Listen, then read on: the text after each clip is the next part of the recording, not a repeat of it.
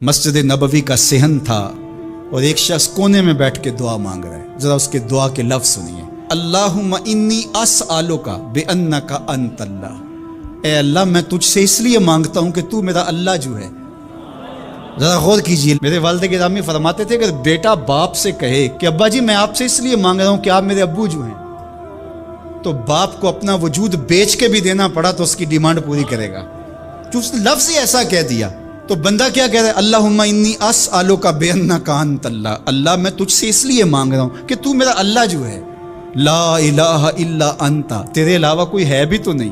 انت الاحد الصمد الذی لم یلد ولم یولد، تو ایک ہی ہے، واحد ہے، اور کوئی ہے ہی نہیں جس در پہ جاؤں، کوئی چوکھٹ نہیں ہے جہاں دامن پساروں کر رہا ہوں. یہ وہ دعا کر رہا تھا کہ میرے حضور نے سن لی.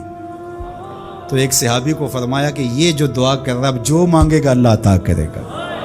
مسجد نبوی کا صحن تھا اور ایک شخص کونے میں بیٹھ کے دعا مانگ رہا ہے. ذرا اس کے دعا کے لفظ سنیے. اللہم انی اسألک بانک انت اللہ.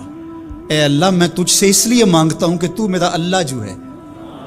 ذرا غور کیجیے. میرے والد گرامی فرماتے تھے کہ بیٹا باپ سے کہے کہ ابا جی میں آپ سے اس لیے مانگ رہا ہوں کہ آپ میرے ابو جو ہیں، تو باپ کو اپنا وجود بیچ کے بھی دینا پڑا تو اس کی ڈیمانڈ پوری کرے گا.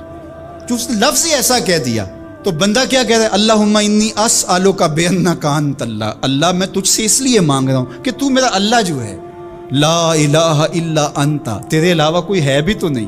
انت الاحد الصمد الذی لم یلد ولم یولد، تو ایک ہی ہے، واحد ہے، اور کوئی ہے ہی نہیں جس در پہ جاؤں، کوئی چوکھٹ نہیں ہے جہاں دامن پساروں کر رہا ہوں. یہ وہ دعا کر رہا تھا کہ میرے حضور نے سن لی. تو ایک صحابی کو فرمایا کہ یہ جو دعا کر رہا اب جو مانگے گا اللہ عطا کرے گا.